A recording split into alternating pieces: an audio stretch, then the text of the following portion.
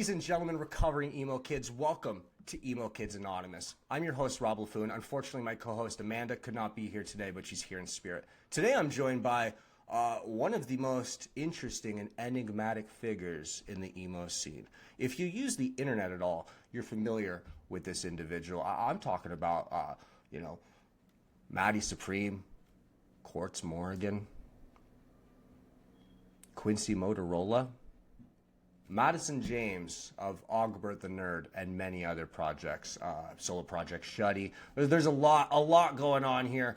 And truth be told, having Madison on the show was a goal of mine for the last few months because I had a feeling we were going to go full Brennan and Dale from Step Brothers and become best friends. And I think that did happen. Great fucking time. We dive into fucking everything. We dive into he makes an apology to the lesbian community, to there's no apology to Bandcamp. There's an apology to Stereogum, I think. There's a lot going on here. A lot of air cleared, a lot of drama unearthed and settled. Great fucking time. Also was eating one of the worst burgers I've ever seen in my life. You'll see it yourself. It sounded not so bad though. Anyways, before we get to any of that, do us a favor, toss us a follow, like, subscribe to the podcast, prescribe the podcast. If you're watching on Spotify or YouTube or Apple, if you could leave us a comment or review the show, leave us a rating, anything like that is very helpful. Obviously, all our social links are down there, emokidsanonymous.com as well, Twitter, Instagram, TikTok, all that stuff. Same with Never Phase Network. Everything's down there. We got Discord, join all that.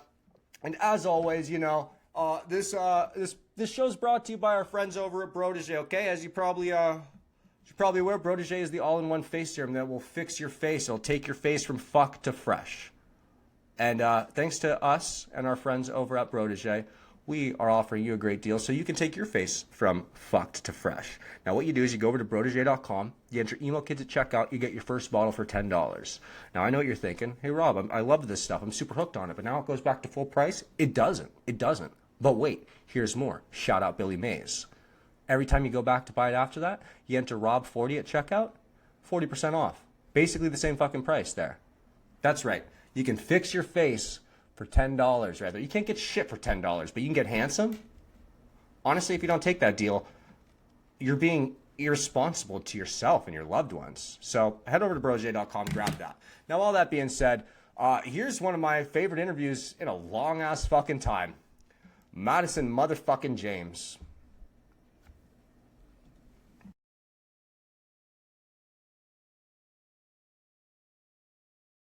So what do we go with for dinner here? What do we got? I'm a sociopath, so I meal prepped hamburgers just to throw in the microwave. Okay, so I sent some production notes, and with yours is very weird because it's I find you very fascinating. I've been parasocially watching you for years. You're a very interesting character.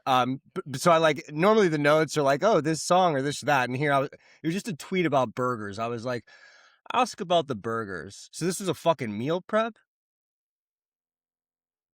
Oh yeah. No, I'm trying to lose a couple pounds, and I've tried to watch my calorie intake and all that. So I've been meal prepping for the first time in I don't know how long. And yeah, I meal prepped high protein burgers for the week.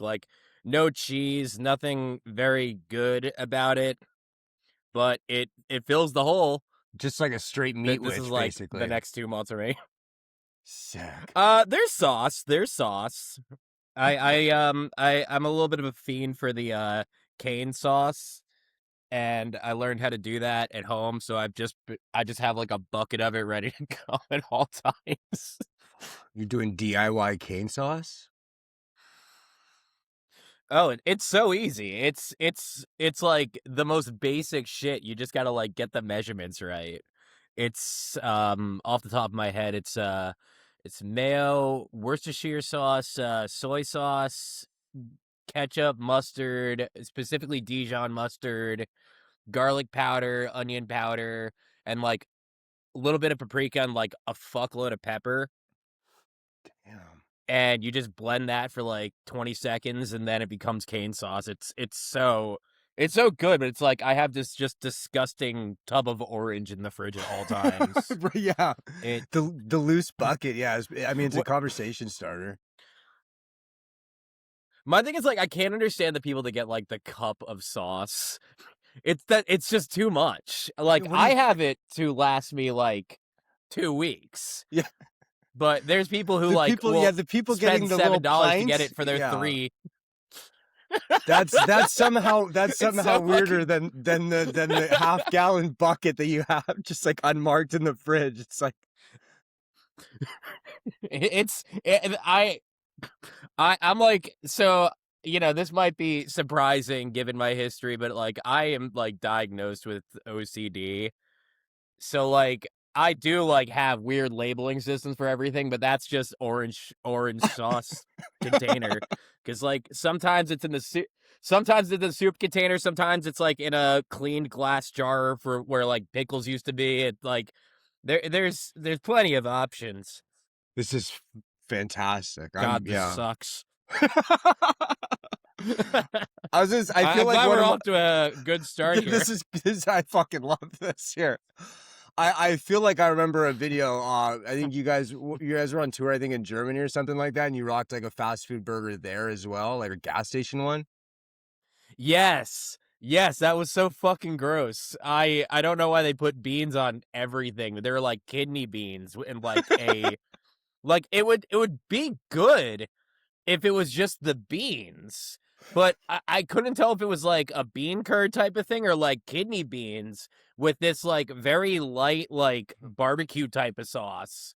And then just like an indistinguishable slice of white cheese. Where like I like off camera tried just like a nibble of it and I couldn't tell what kind of cheese it was. It was just like I could tell that it was cheese because it felt like cheese when you bite into cheese, but it's like there was just nothing going on. It was like either that or I got COVID. I don't know, but Either that, yeah. I don't. It could have been a mix of either one. for the record, we did not have COVID in Germany. I just want to be clear. Yeah. I just constantly sound like my nose just doesn't work. It works. So, you're a very enigmatic character, Madison, Quartz Morrigan, Maddie Supreme. Who the fuck are you? Yeah. Who are you? Who the corked up emo shorty? There's for being so enigmatic. There's a lot of character. Normally, enigmatic implies like some secrecy here, but like there's so much going on. I don't, you know. Sure. I'll introduce myself like formally, which like I've been like I've been like having the fake version of this interview all day about like describing myself because I'm so bad at doing it. And I'm like, am I talking about myself too much? But it's like, that's like what we're doing. So, Yeah, um, yeah, I kind of want to my sound like name an is asshole. Madison James. No, literally, I'm just like, am I talking about myself too much when it's like you're asking me questions, but like Like the enough the about the me. pre-rehearsed like the pre-rehearsed like mirror version is hello, my name is Madison James. I'm a 29-year-old school bus driver in the state of New Jersey, but when I'm not at work, I am a musician, artist, label person. I am very heavily involved in DIY in a bunch of different capacities that honestly take up too much time. I was gonna say, yeah, you are very, very involved in. I mean, like the CD pressing, the tape pressing, just like the amount of weird fucking gear and stuff like that you have there. Like you do a lot for this scene, and it's very hard to like almost like project to project. It's hard to like track sometimes. Like sometimes like, oh, this, like you're an Ogbert, but it's like, okay, well, if you go listen to that, like some of those like Shutty, it's like, oh fuck, like the last Shutty EP is one of the best fucking releases in the last few years. Stupid good, and it's Oh, like, thanks. but it's like that's just like a side thing here. Then there's also Ogbert, and then but I'm also doing this, and then like it's kind of like a Taylor Swift thing going on too. There's 20 side projects. Like you are very fucking involved here. I did. I knew that was coming up. Yeah, the Taylor. Yeah, yeah. I was like, yeah, you Yeah, gotta mention Taylor Swift thing. So like I have like a long history of just getting like very deeply immersed in art scenes where like when I was in high school, like this will provide a lot of context to like just my general being, but like I was very involved in the YouTube poop community when I was in high school, The what? and like like YouTube poops, like the videos of like fucking SpongeBob or whatever, like stuttering and like they're I don't know. I don't even know how to begin to describe it, but it's like basically just like video remixing type of stuff, but like intentionally as like loud and offensive as you can get with it because like it was 2010. Okay, okay. But yeah, like you've definitely seen like an edit of like King of the Hill or something like that where like it's all glitched out and stuff. Shit. Okay, okay. And you were you So were you that's were like deep in where this scene. This is 2010. So you're like 16, 17.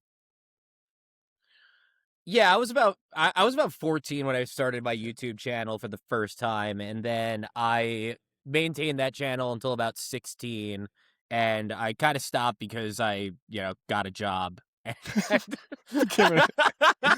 Yeah. But no, literally like Funds up.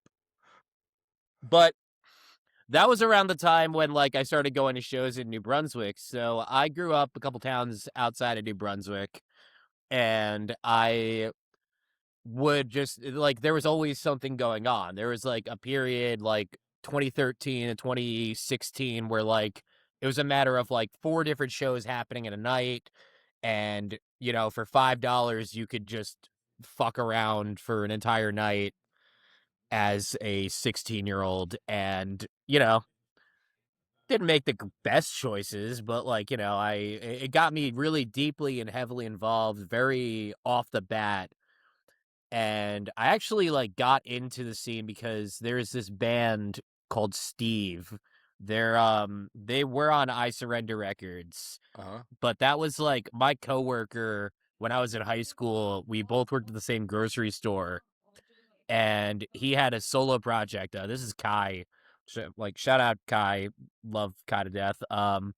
But they had a solo project and they'd be like, "Oh, I'm playing like the fucking Nanner Manor or like I'm playing Boma or any of these like houses that haven't existed in like now like God like almost over a decade now, Christ." But that was how I started going to shows and like being introduced to DIY, and then like his first band wanted to do tapes, and so 2016 I sat down and scrolled Reddit on how to make tapes until I knew how to make tapes and made tapes for his band. And I've been doing that and making music and all that shit since. Is New Jersey? I Disgusting was. bite of the burger. Yeah. Can we get like a official rating on this? Is it better than the hamburger burger or the German burger? Oh, miles Okay. Okay. better. Yeah, we're judging on curves here. Okay. Unquestionably. Okay. What is it about New Jersey that makes New Jersey so fucking special? Like musically, because I've driven there. I mean, I've So, taken the Amtrak through there. It looks fucked up. It doesn't look like it would be a fun place, but it like is. this is it that it's magical. So, what's unique about New Jersey is that where it's located is between two major hubs of like alternative culture. So, like, I where I'm at right now, like, I live in Highland Park now, but like that's right next to New Brunswick. But like, if I walk a mile down the street, I can get on the train, and in an hour, I could be in Philadelphia or I could be in New York City. Mhm. And it's just kind of like this soft spot in the middle where it's like there's a bunch of pockets of things going on. It's so dense. It's so concentrated that it's like there's just always something happening somewhere in New Jersey because it's just like it's so easy to get to. Like the show we're playing in like a week, we're playing with a bunch of bands who are all taking the train from New York to come play a town called Garwood. And Sick. it's like, it's because if you spend $10, you could go to anywhere in New Jersey. So everything's accessible too. Plus, I imagine kind of like you're all kind of packed in there. It's the same thing out here in LA. Like cool shit doesn't happen in LA. It happens in the Valley or in San Diego or Orange or Riverside or something like that. Like you're kind of on the outside. That's where like the working and the artist people afford to live. And you're kind of like looking at the city like, fuck, I got to get out of here. I want to make it. You know, there's something bigger than this, you know, on some Bruce Springsteen shit, you know? Well, that's it.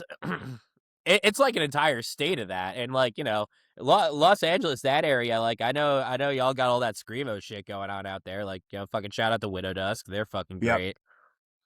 Verse Shelf and all them. Like what that's like it's like Apple Valley, I think. Mm-hmm. Same thing where it's like, it's the pockets. It's like, it's not like in LA. It's pissed off suburban kids, you know?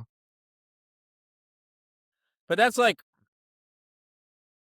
it's an entire state wedged between these two spots that everyone wants to go to, that you can go to and then you can go home and sleep. So it's like a lot of bands from Philadelphia are bands that started in New Jersey, where like fucking about 2 or 3 years ago now, I met Evan Weiss from Into It Over It, and I didn't know that he was a Jersey guy. He born and raised in Cherry Hill, New Jersey, moved to Philadelphia, moved out to Chicago, and he's been in Chicago since. But like, he knew about my band because he's just like constantly tapped into New Jersey, because it's just like it's such a unique place to make music and art, because it's like everything is a drive away. Like I play shows in New York City all the time, and then I go to work the next day. Yeah, and you just go home. Yeah, it's not a big deal. And like radius, you know, think of like a radius clause type situation. The people that would see you in Philadelphia versus any random suburb in New Jersey and New York City, like these are all entire different pockets and demographics of people. Like you don't really have to worry about like overlapping in the same way because the population's so dense. Well, that's the other part of it, where it's like you mentioned like everything being accessible. That's like what's weird about it, is that like you have to drive everywhere. Like public transport sucks if you're not near like a main train line. Okay, yeah. So it's like these pockets will just kind of like stick together. I remember about 10 years ago, I was playing in a pop punk band, and we played some random suburb at like a dance studio, and there were like 70 something kids there, and it's like a band, it's like a bill of bands that like only exist in that town, and then us, because they wanted our band to play. Sick. And that it's just like there's just a lot of that, where it's like, you know, if you look up videos of like My Chemical Romance and like Thursday when they started, they were just playing like fucking anywhere. Like if there was a VFW hall or like a bar with a stage, like there would be a show and like hundreds of kids would show up. It's not like that. It's not like that to that extent anymore, but it's like it always exists, and there's always some sort of like new bubbling thing happening somewhere. I feel like there's like this weird, because you mentioned even like a My Chem and Thursday, and I mentioned Bruce Springsteen earlier, but even like the fucking Misfits, like any like sort of bouncing soul, like any sort of like I feel like there's this kind of common energy to it all, or there's just this like kind of tied down like urgency going on, where it's like I need to fucking break. I'm like tied in here. I need to break out of this or something like this. Like there's a lot more like oomph to it. I don't know. It's a big underdog energy for sure. Yeah, and there like, you go. I feel like my band wears that a lot on our sleeve, because Yep. it's like, you know, we are very much like, we don't really bend a lot, and like we're very proud to be from New Jersey, and like wear it as like a badge, where like any other band would say like they're like Philly adjacent or whatever, but like we are specifically like Podunk, New Jersey. I like to ask people sometimes Mount Rushmores, because they get people on the internet really worked up. They bring out the dumbs really hard. What's the Mount Rushmore of New Jersey artists? To you. Okay. To you. To me specifically, Yeah. ooh. Just to piss everyone off, I'm gonna say Jack Antanoff, Sick. There we go. because he's a Jersey boy. I'm Fucking- sorry. Jack's the shit. Jack is like the face of modern music now, and it's like he started off in New Jersey playing in like a bunch of punk bands. Right? He's Like, one of, that's that's why I mean, he's one of us. He's in fucking He like he's a drive-through he's records kid. he's a DIY dude who like made it, and like with that being said, like, you know, next to that, Frank Iero, of course, like a dude who like still shows up to random shows, like dude's a millionaire, and he's like pulling up to like some show at like Asbury Brewery just Sick. cause. Like, yeah, I haven't bumped into him, but I know people who have bumped into him. I was gonna say, because Gerard and constantly. Mikey are definitely LA boys now. I think they've lived Oh out here yeah. for a while. Yeah. Well, I mean, they're all from Newark. Like, I don't think Gerard Way's hanging around Newark. No offense, Gerard Way. I'm sure he's a very Gerard Way, sweet guy. if you're listening to But this, you know, yeah, you haven't been responding to my DMs, Gerard. What's going on? I mean, there's a good chance they might be on my ass right now because I made those bootleg CDs. But we don't. oh need yeah, to you talk. did. Yeah. You might be But- getting C&D'd by the My Chemical Romance. So I was asleep the other day. I finished the Mount Rushmore. I have to ask you about that too. Yeah, keep going. Okay, so like, of course, you got to put Bruce Yep. there, and if I get one more, god damn, fucking, oh my god, Patrick Stickles, fucking Titus Andronicus. Wow. There we go. That I was like- that dude deserves every fucking rose that grows on the planet forever. That dude like wears jersey on his sleeve. He played in Philadelphia and walked out wearing a Devils jersey. Like, that dude almost died. Sick. I respect that. He wears jersey like proudly, and we smuggled a jersey flag to Europe to fly around. Like, we were like, that dude wears it like a fucking badge of honor. Shout out fucking that guy. I love that there's this, like, I feel like it's like a modern American thing where, like, I have no fucking, this is a safe space to say this, I have no pride in America. Like, I really don't give a fuck about the concept of America as a thing, you know what I mean? Like, I'm not dying for this fucking place, but I would throw hands with you over In-N-Out or the West Coast, you know, something like I love California. The United States, I don't know. Some states, you know, same thing. It's like, fucking, you didn't bring an American flag. Fuck no. Yeah, no, it's like shit all over America all you want, but like, if you're not from Jersey, you don't call it the armpit. That's Yeah, our right? words. That's what we call it. That's funny. I had this buddy, Young Tash was his name, and he was from Marlboro, New Jersey, and he was like something out of Yes! like, he was like a fucking character of like like Clerks or something, like Jay kind of shit, like real cigarette gas station energy. And I would fuck with Tash all the time. I remember one time he was over and one of my other buddies started giving him shit. I'm like, you don't fuck with him. Like, you don't get to give him shit. You know, like, eventually he'll earn it and you can give him shit. He'll piss you off. But like, that's our thing, you know? You gotta ask Tash about the rec center. He definitely knows about the rec center. I will definitely ask. Shout out Young Tash. Yeah, he's going to get really stressed out. I mentioned him. That is an anxious motherfucker.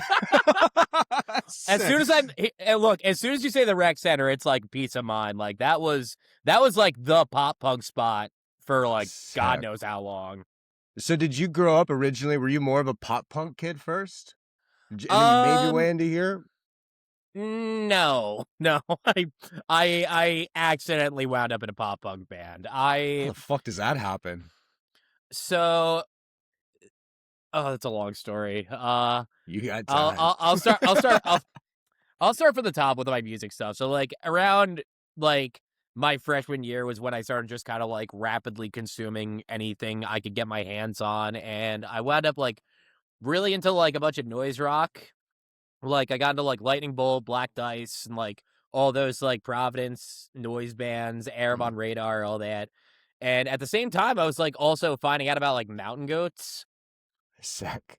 and I was like super into that. And then like junior year rolls around, that's when Earl Sweatshirt dropped Doris, and like that's how I got into like all of like Odd Future shit, and then just consuming rapidly everything. But like this is like coming from someone who like was super big into like Tumblr around the time like Tiger's Jaw was like touring around. Title Fight was touring around. I saw Title Fight I don't know how many times like back in that day, but like it just never like Balance and Composure, like Basements, like all these like super crucial bands to so many people that were adjacent to me. It just never like clicked. Where now I'm almost 30. I'm like, I get it now, but like, I still don't really like put it on. Like, I think the one band that like clicked with me like pop punk wise, like Wonder Years. And it's just because like any song where a guy's talking about being a giant piece of shit, I'm like, Yeah, I'm pro. Yeah, I think that's also my too. boy. I think you're like, 'cause I'm like 7 years older, so I think in my head, pop punk really, like mainstream pop punk for the most part, gets really shitty to me around like late 2000s. More than what, like I don't care for the. It starts getting really chuggy or very just edgeless, hookless, newfound glory kind of thing, you know? Yeah, it's like the thousands pop punk peaked around like 2003, 2006 when like Yeah. fucking Universal would give like fucking Motion City Soundtrack $1 million and be like, yeah, fucking make a record, sure. Go for it. Yeah, That's what kids exactly. Yeah. want. There's money. Yeah, there's money going around it, and there's some pretty. Yeah, there's a lot of. I mean, there's a lot of dog shit too, because there was so much money in it. You're getting. Yeah, the Oh my ceiling's god, high, yeah, but the floor is low. fucking yeah, you and I probably have the same compass of like consuming television back then, like the fucking Yeah. Medina Lake commercial every Yeah. fucking the I fucking hate that song. I hate that band. I hate looking at them.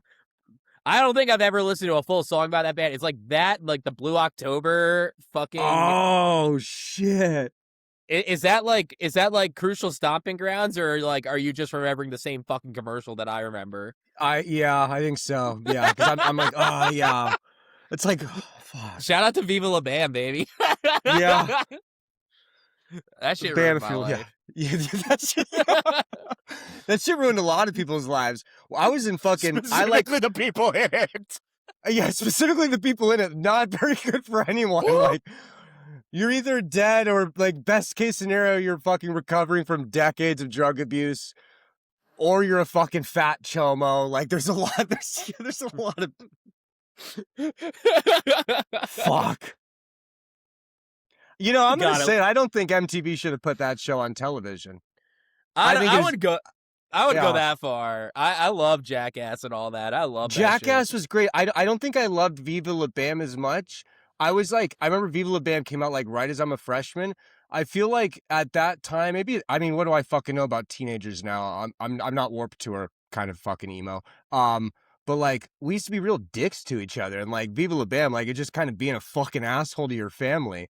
Like I feel like fucking with each other was a lot more common then. Like, I haven't watched Viva La Bam since I was like 12, so it might be different. yeah, I haven't either. So, for context about how young I was consuming that content, when I was in 5th grade, I was like not doing well in school because like I never did well in school, and my dad made me write a letter to Bam Margera asking him why math was important.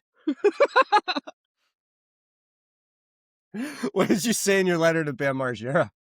I just like wrote like, "Hey, my dad is being an asshole. Like, why do I have to learn math, Bam Margera?" And then I found out my dad didn't even fucking mail it. I was gonna say, what was the response? Did Bam get back? No, your dad didn't even. That would be so fucking sick if he got back to me. But like, he didn't even mail it. That was just a humiliation ritual. And you know what? He was right to do so, because like after that, I was like, I don't want to ever embarrass myself to Bam. I don't want him to know I do math.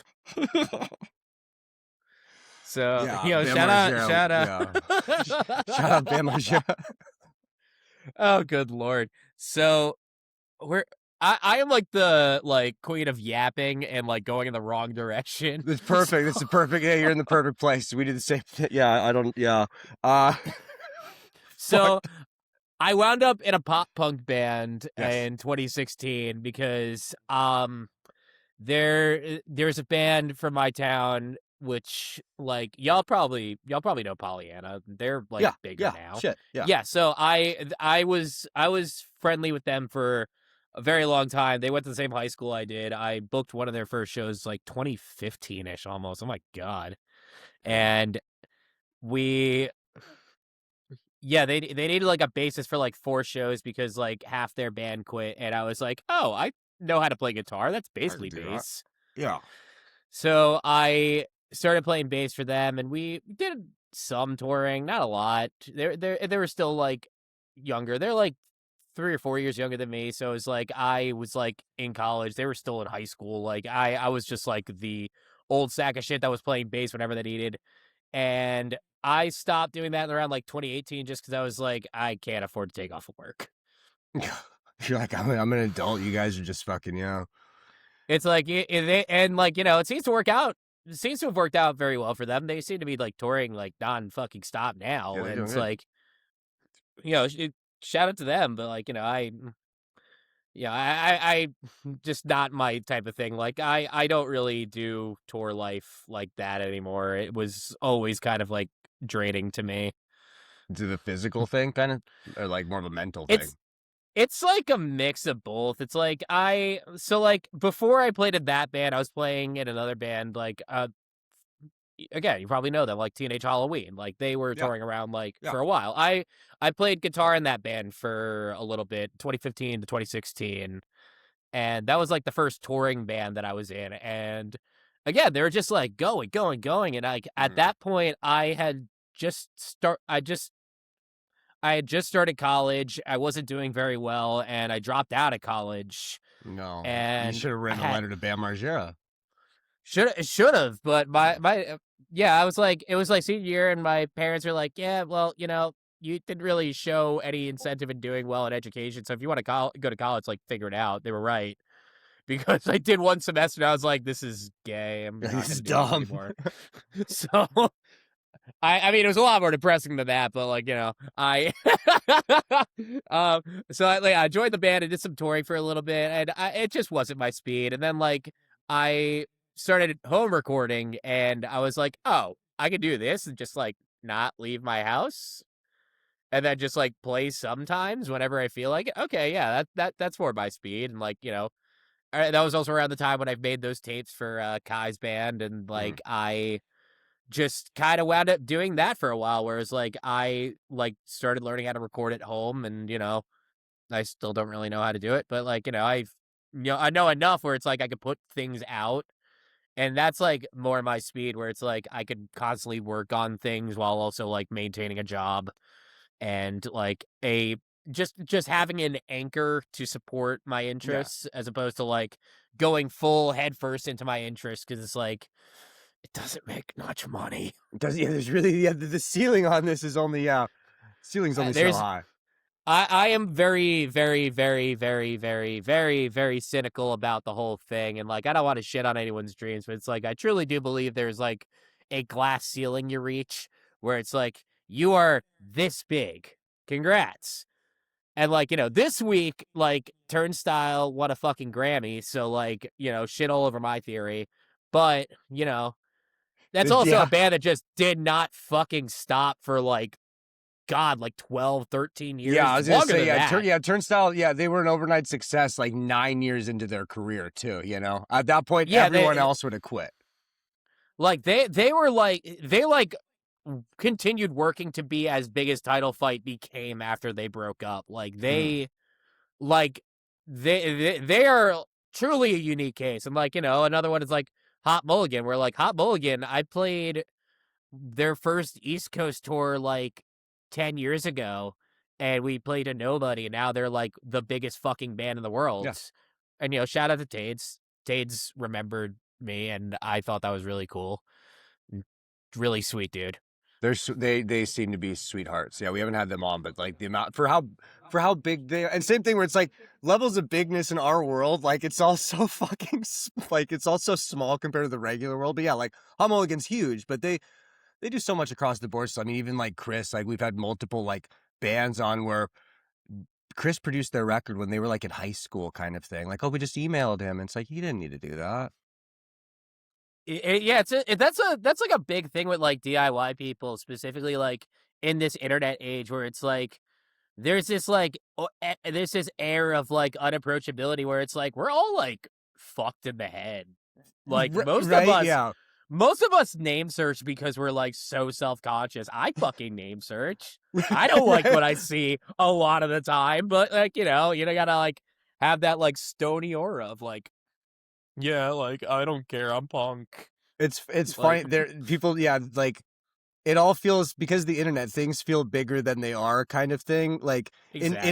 in our small niche world, yeah, where it's like, oh, like, oh, brother, like, you're a fucking celebrity, and you're like, motherfucker, I'm a bus driver. Like, I'm eating prepped burger right now on a podcast interview with a guy in a fucking apartment. Like, who, you know, like. No, that's it. Like I'm like living in my like 1-bedroom apartment. It's like, you know, it's nice, but like, you know, I have a full-time job, and like, you know, I kind of sacrifice a lot of time and energy. We're to do that, but- monks. No, we're like monks here. We do this like listen. If I wanted to be like a fucking, I could go right-wing grift or something, or makeup influence if I wanted, or you could make like AI country music. Like, there's ways to kind of do these things and make money, but like, no, we're doing it for the right reason here. You know, we're I pious. gotta squash a salacious rumor that permeates through this fear, because I have also had this thought of like, if all goes wrong, I could move to Nashville and just become a country person. I know many people that moved to Nashville to do that. They're How'd it go? back. Yeah, right. Yeah, we all think it's. I had the same thought. I went to music school out here, and I'm just like, yeah, like, I'm a fucking great. Yeah, I'm sick of this bitch. I'm just gonna go to Nashville. I'm gonna go do what they do. It's so fucking easy. I could do that. Yeah. I couldn't live the life of Luke Combs or Morgan Wallen. I don't want to live their lives. Or Yeah. oh my God, what the hell is the dude who made the "Try Down Here in the Small Town"? Oh, fucking Jason Aldean. Like, I would kill myself. Do you know? You might actually know this guy, because Philly. I feel like it's close. What's his name? Pat Finnerty.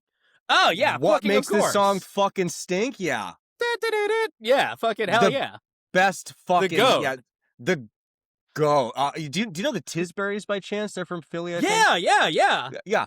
Yeah. Like, the first interview I ever fucking did on here at all was with what's his name? Singer from the Tisburys. I feel like a dick now. You know, I remember your name. Shout out to the Tisburys. Shout out to the Tisburys. Here Comes the Lonesome Dove. I remember your song names. Yeah. But he's like, yeah, I used to go to the restaurant where he would do covers. He'd play like Weezer covers and stuff like that. I'm like, you know, fucking Pat Finnerty, that's a celebrity. He's like, no, he's like a local dork. Yeah, no, the dude played at Johnny Branda's. Sick. He had the Pat Finnerty band. He did a great one. I think it was a little stinker, I think, on the Try That in a Small Town shit. And yeah, I'd kill myself too. Oh God. Yeah, no, there's like a level of like I can do it in my voice where it's like, I actually don't know what's worse, like the fake country twang, or like idiot fuckers in emo who are like from a coastal city trying to do the Tom DeLonge. That's cultural appropriation. Yeah. I agree. It's like, fucking wear your hick ass accent on a sleeve, dude. Like, right? fucking, Yeah. like, own that twang. You sound like you're from Florida. You fucking talk like you're from Florida. Why the fuck are you trying to sound like you like have been doing whippets for 4 days? You've never done one fucking whippet, okay? You've been smoking menthols. That's it. I'm like, fucking the most egregious example of that, like, you know, no name dropping, but it's like fucking straight edge kid talking like he's drunk. I'm like, fucking no. That's stolen valor. Stolen valor. Yes, exactly. Like, brother, you're walking around with a fucking Purple Heart you bought on eBay. Fucked Where it's up. like, I will say, it's like a former connoisseur of the drink. This is not alcoholic. I was gonna say, you're off the drinks now, huh? I'm a month sober a couple days ago. I know. Yeah, congrats. Yeah. Thank you. It sucks. Do you find it difficult having to sit with your feelings in a room? I haven't really had to challenge it that much. I went to a show and I was like kind of feeling a little like twitchy, and like I'm playing a show in a week, and that'll be my first show where I'm like facing a crowd and like not a little blasted. And you know, I'm kind of dreading it, but it's like, you know, it's kind of what you got to do to like get over it, because it's like once there's the worst part, everything else is like fine. So it's like if I like literally like the worst case scenario in all situations is like I shit my pants. Yeah, that's not a big deal. People it's like, oh, babies do that all the time. Oh, I have a little stage fright. Like, fucking relax. You're almost 30. What Yeah, are you right. talking about? Yeah. There's people in this room that paid American dollars to watch you fucking slap some strings around. Like, yeah, get Well, over that's it. It's like I remember, like we played a Dilly Dally in November, and that was a sold out crowd of like 650, 700, something like that. And I had just been drinking since noon because, like, you know, you're at an all day festival. That's just what you do. You as soon as the Yeah. bar opens, it's like, oh, yeah, yeah. And you know, being in a band, every fucker was buying drinks. So it's like I spent $4 and I was like 6 beers deep, and I was like, "Come on, fellas, let's get go." on stage." We're like, I'm like playing a 50 cap room, and I'm like, oh boy, like it's poison for your brain. Sad. Yeah. So No. got it. I'm like looking forward to it to get it over with. So it's like I could say, whew, okay, it's gonna be a breeze from here. Who you guys playing with? It's gonna be us, Dallas Cowboys, the Precious Little Life, Casca, and I believe there is a fifth band joining that I don't know if I could say yet, but they're another band that I'm very excited about. Sick. Younger band from New York. They're fantastic. I'll link you after the show if it's not already out. I'm like doing Which fucking. when would this come out? Am I like allowed to like talk about things like, or is this like going to come out like as soon as it's over? This will come out on Friday, next Friday, I think. Oh, cool. Okay, then I can talk about it. Let me hold on. Yeah, because tomorrow. Yeah. Yeah. It's either come out this Friday or I'll put it out next Friday. Yeah, I'll give you time. Yeah.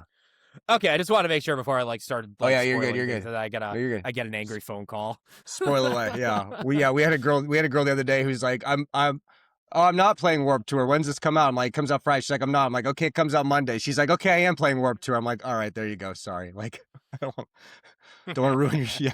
Not trying to fuck anyone's shit up. Yeah, no, that one other band, I just don't know if they're confirmed yet, so I can't say anything. But like, you know, it's gonna be a good show. It's at Crossroads in Garwood. I've seen this. See, these are places like as a Californian, like I've spent about 40 hours in New York total, maybe loved it. Spent about 40 hours in Philly total, hated it. Spent about like 6 hours in the Jersey airport. But like these places are all like mythical. Like I've seen like the performances at Crossroads, Brian Fallon, you know, Jeff Rickley, all these people there. Like, oh, these are the fucking Stone Pony, and I'm like, never been. You know, we played there in September. We played Penfold's first show in like 20 years.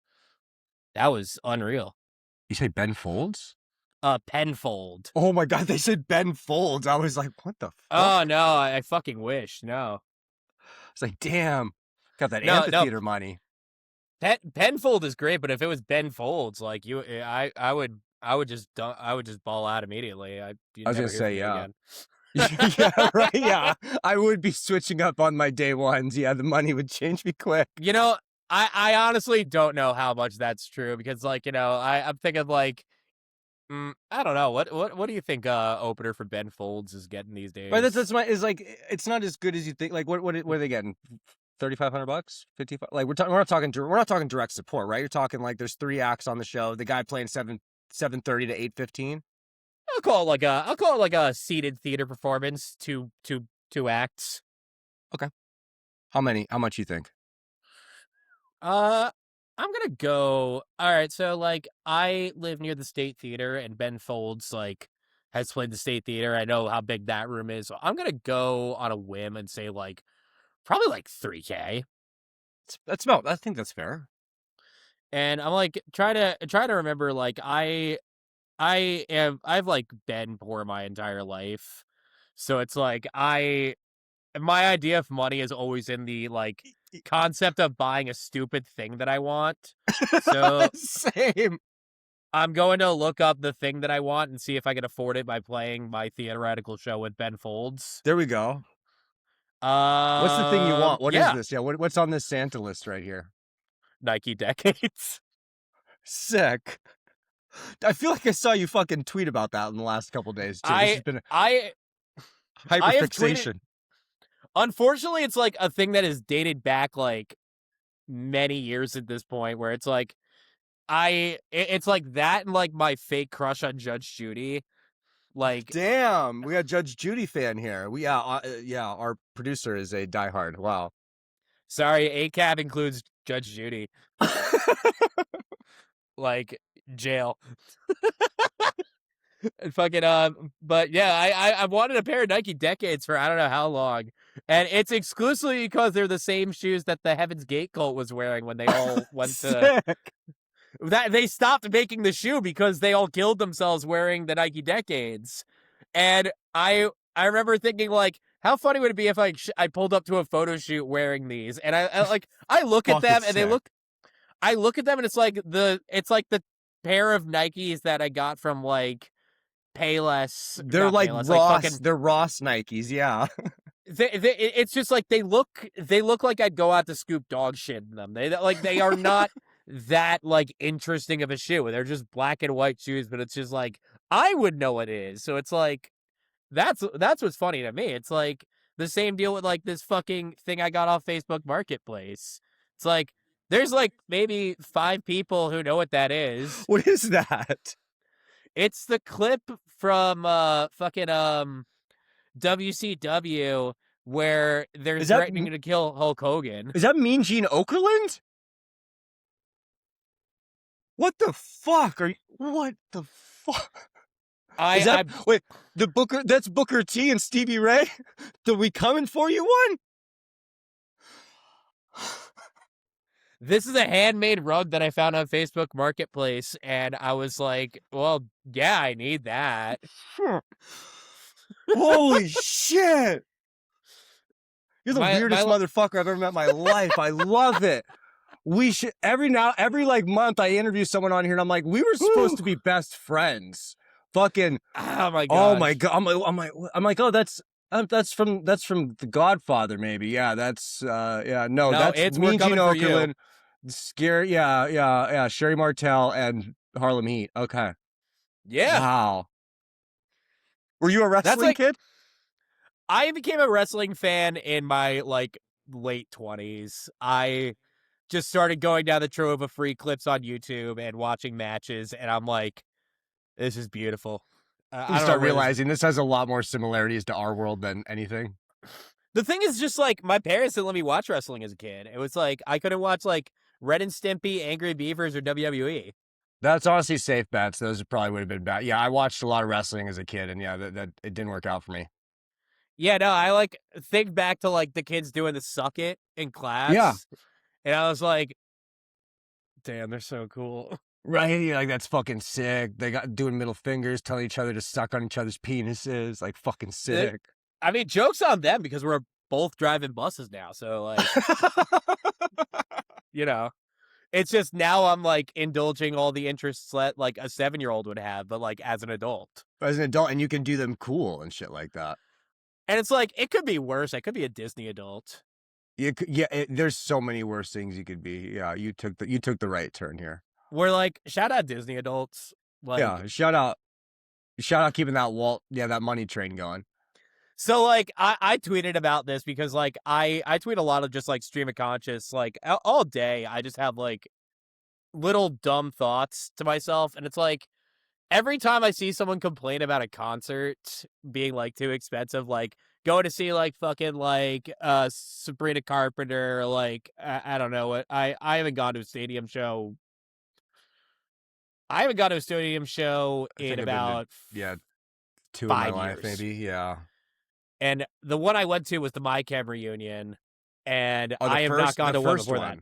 Yeah, I bought tickets for the first one, and then the big bug happened, so then it got delayed till 2022 or something like that.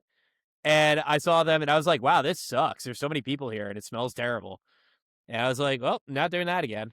But like, every time I see them complain about that, I'm like, you know how much it costs to go to fucking Disney World? Right? Like, Disney adults just figure that shit out and then just go ball out at Disney. No. They pull themselves up by their bootstraps. They're not online complaining, asking for fucking handouts, subsidized shows. Yeah, it's like, now that I think about it, maybe I am like becoming like an old conservative piece of shit. I was gonna say, here comes the right wing grift. Yeah, here we go. I'm leaning into it. Buy our special pills. They're wellness pills down in the description. I take wellness pills every day. It's 50 milligrams of Vyvanse. There we go. Yeah, right. Yeah. Yeah. I'll sell you a little. Oh, yeah. We got some down there, but it's really me just selling you crushed up Adderall tablets. My brain is like a beautiful paste. It's wonderful. Good Lord. So you mentioned Mike. It's also funny too, because like as someone that grew up in like third wave mall emo time, I feel like a lot of it, I have like a lot of embarrassment from it. I feel like a lot of it's not very cool. And like the fucking, these younger generation, I'm like, it's so fucking whack. But My Chem seems to be the one band that's legit across the board. Like people fuck with them. It seems that way. And it's like, that's not been the case. Right? They were like, at the time, it was not, yeah. I mean, they were huge, but like you'd be getting bullied for this shit, dog. no, it was nerd shit. It was Yeah. for gay theater kids. And Yeah. now everyone is a gay theater kid. And That's I'm like, honestly dead on. no, you weren't. You were like spouting racist shit your parents said wearing Aeropostale. You are not a gothic Right? theater kid. The fuck are you talking about, Claudia? Yeah. You were listening to Jay Con Tipsy in 2006. I was there, like. I was like, I'm not ashamed to admit it. I was like wearing my like puffy text Aeropostale shirt that my mom got BOGO, Sick. listening to Buy You a Drink and Coheed. Buy You a Drink hits though. My music taste was informed by my sister who hogged our iTunes. And occasionally her emo friends would give her a CD of music and she'd be like, you could have this. You could have this. And I was like, wow, this is the best thing I've ever heard in my life. And We're it's like, like fucking Aiden. Oh my God, fuck. Yo, did you hear what happened to that fucker? He has like a fucking full on like a sex cult, right? Yeah, he had like a Diddy thing going on. That fucker's I'm insane. surprised a guy like that had that kind of pull, honestly. Like, My thing is just like, I think about it and I'm like, that all their lyrics are like, I'm a psycho pervert vampire. And it's like, oh yeah, you were. yeah, maybe we should have fucking read between the lines there. And it's like, even with like, it's just like, it's always the case. It's always where it's like fucking like, the latter half of R. Kelly's career is him just like talking about hating people. Yeah. Like you ever heard like the original Ignition, like not the remix, like the actual Ignition? It's just him teaching some fucking girl how to drive. Like, who's he fucking teaching how to drive? She's clearly 15 and a half. Like, this was not okay. He was just getting like brazen with it. Like, they get so comfortable. Like, it was like, it's always a terrible thing to say, like, oh, it was a different time. It literally was a different time. It was, yeah, and a lot of it, like a lot of it's okay, or not okay, but a lot of it's like it, like there's levels to it, and it's hard to explain online. Yeah, it's hard to explain to anyone in a short, concise thing. My thing is just like I fucking hate Y2K nostalgia more than like most other things. So I'm like, oh my God, fucking like I think about it all the time where it's like, oh yeah, like fucking like Y2K like maximalist shit. I'm like, dude, that was like fucking Bush administration. Yeah, that was the Bush administration and Maxim magazines. Like, it was really only a good time if you looked exactly like me. Like, yeah, no, it's like it was a good time if you were like a upper class white person, but like fucking watch Freaky Friday. You probably don't remember how fucking racist that movie is. yeah, right? Like it's fucking insane how people like just completely get rid of that part where it's like, fucking Brand New put out like 3 albums and they're all just like the worst thing you can say about women. Right? Yeah. Surprise. That guy was a little troubled. We're like, the dude from Glassjaw made his One Misogynist album and just spent the last like 25 years apologizing for it. Right? Yeah. Brand New had a whole career. Brand New and had they just came back. And they came back and people were just like, it's no big deal. I like the music. And it's like, Brand New's a funny one too, because like I really liked them at the time. I love Brand New, bro. I got a half-finished Deja Entendu astronaut on me. I now tell people that's just a spaceman. I'm really into NASA, but like, oh, you should have said Kid Cudi. That would have been so much cooler. Fuck! Why did I not think of doing fucking Cudi? There you go. There you go. I'm running with that. Thank you so much. That's so much better than NASA. Fuck. Come to me for your cancellation questions. Yeah, right. You're right. But fucking brand new, like brand new was like that was like our Radiohead back then. I remember, Keegan, Franzi's Yeah. mom. Keegan, same Fucking thing. Like, shout out Keegan. shout out Keegan. Keegan actually is a reason this show exists. Like, I was very disconnected from like the world of emo, DIY, anything, and my buddy would send me Keegan tweets about like music just to like try to fucking piss me off. But like half the time I'd agree, and then the other half the time be like, this guy's the fucking dumbest motherfucker, like. I love him. No, Keegan's, yeah. We had an interview with that. I was bummed. We had like everyone, but yeah, we had Levi, and I'm just like, how often do you have to answer for your fucking brother's bullshit? He's like, do I have people run up to me? They like reference tweets. He's like, I don't know what you're talking about. Like, I don't. Well, that's the thing. It's like, I just say it's probably the same thing for you. Same thing. Where it's like you got people who think they know you because, like, yeah, they see you on the internet.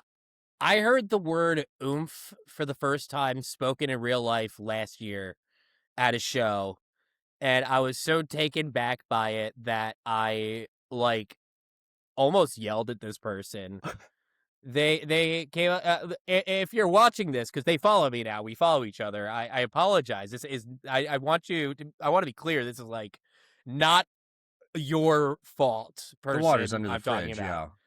Yeah, it's like, this is not you. It's literally me being an old piece of shit. But it's like, someone came up to me and was like, do you want to be oomphs? And I looked at them and was like, what the fuck are you talking about? What did you just say to me? In person? Yeah, I was like, what did you just say to me? Like, not like you offended me, but like, what the, like, little legitimate confusion where it's like, I heard words leave your mouth. Yeah, but like, I know, yeah. I'm not trying to be Have you ever racist, but I don't know this language. Yeah. Have you seen the video where it's like when you wake up without your glasses and it's like the dude walked through the apartment, it's all blurry, and then like he like walks into a vacuum cleaner and it's like impar dick redact?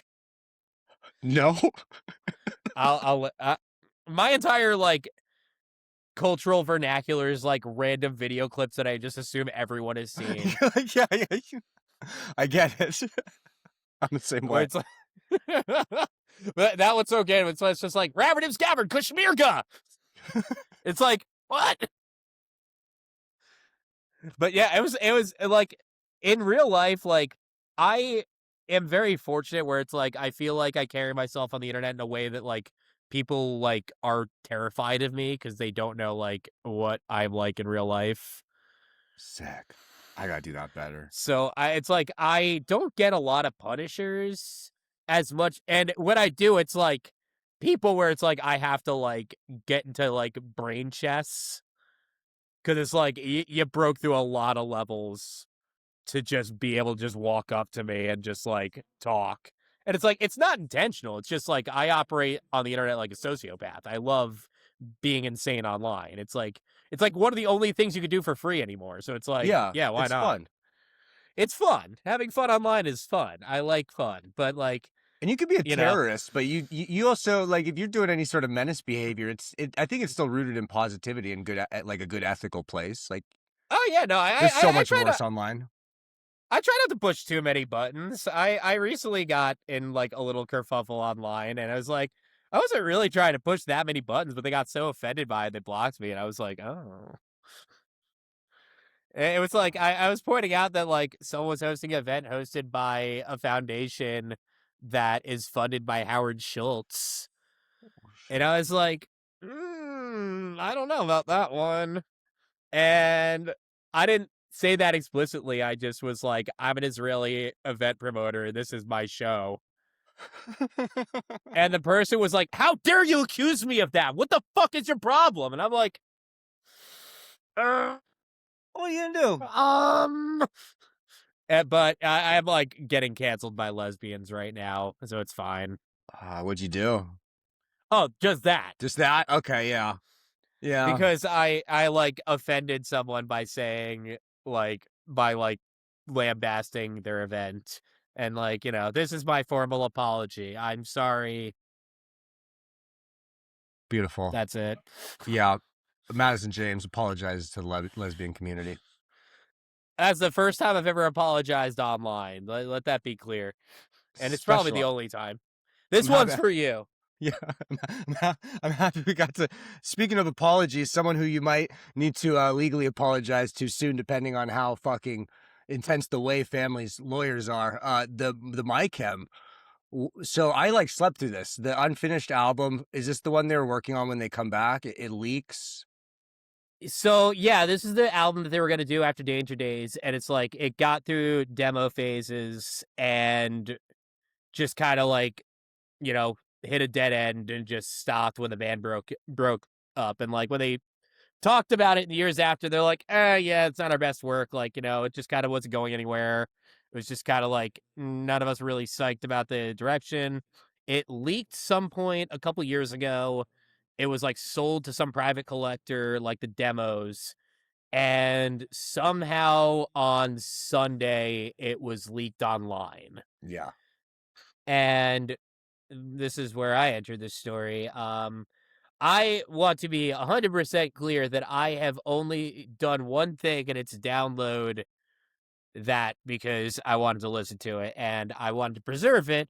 So I burnt it to a disc. And like me being a little freak with my physical media crap, I was like, well, I need to make like a whole thing for it. You gotta make some liner notes. You gotta fucking put it in And the jewel case. Yeah, I was like, I want to make this look nice. And, the person who sent me the files, I made one for them. And then, like, I showed it to my group chat. A bunch of other people wanted it. And I was like, yeah, all right. And I was like, oh, this looks like nice. I'll post it.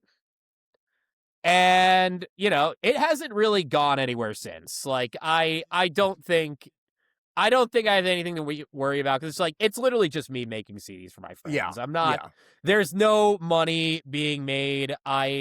If they don't want me to do that and want me to stop doing that, by all means, like, I will cease operations. I am not going to put my foot down about a stolen album that leaked. Yeah.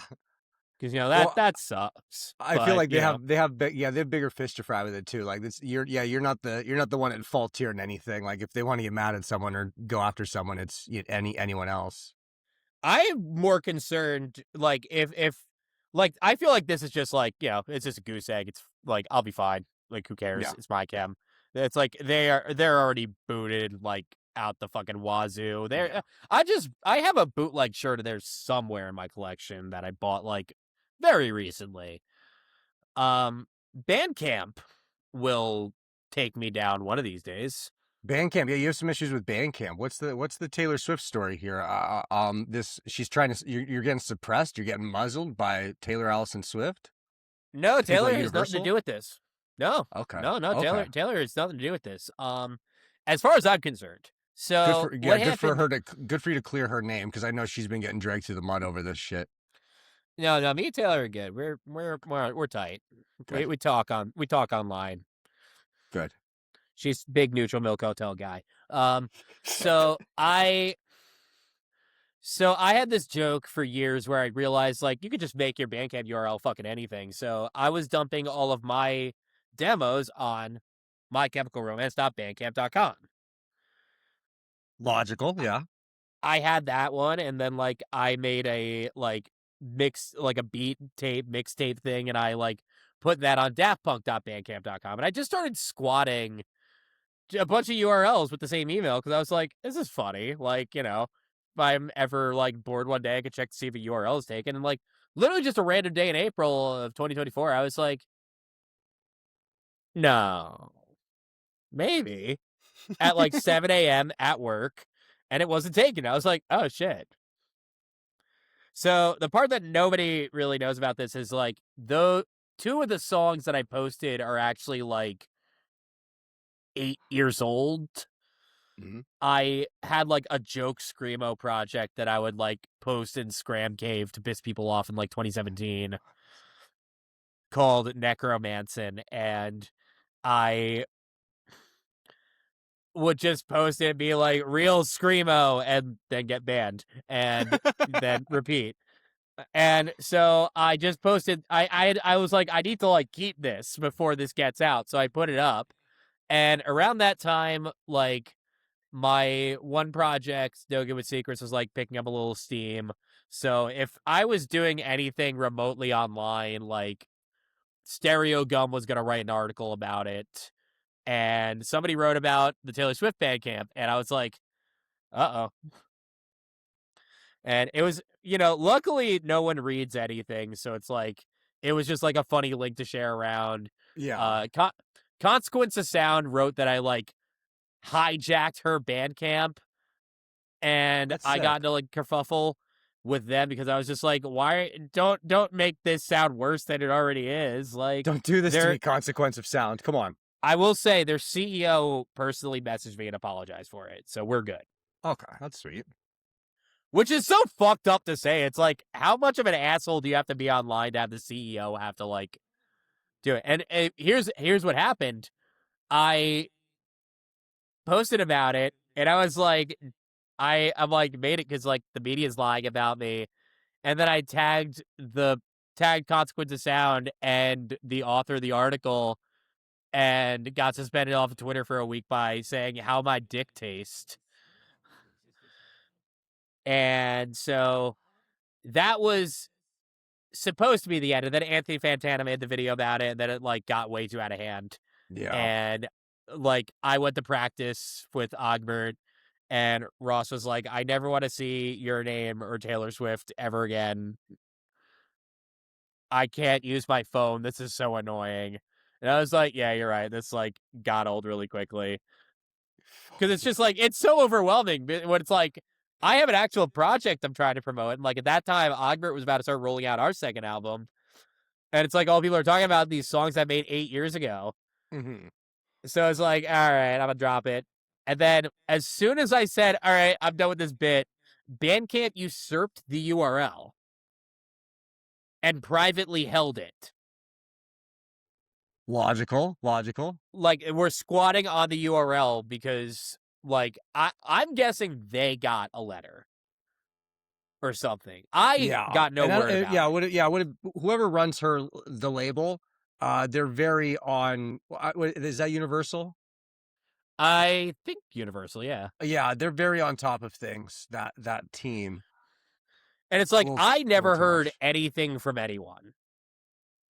I completely operated through this with no knowledge of any legal ins and outs. I talked to a lawyer for 4 minutes to be like, am I fucked? And he was like, yeah, maybe, but like, there's probably an argument to be made of like parody. But like, tread lightly. And that was how the saga ended until earlier. Yeah, it was, I think it was December. I was doing the thing I usually do, and I realized the URL was still available again. And So I couldn't avoid it. No, of course not. I was like, all right. And I did that, and then immediately all of my Bandcamps were locked. And they took the URL. It was up for exactly 2 hours because, surprise, fucking Stereogum wrote about it again. And I was like, fuck.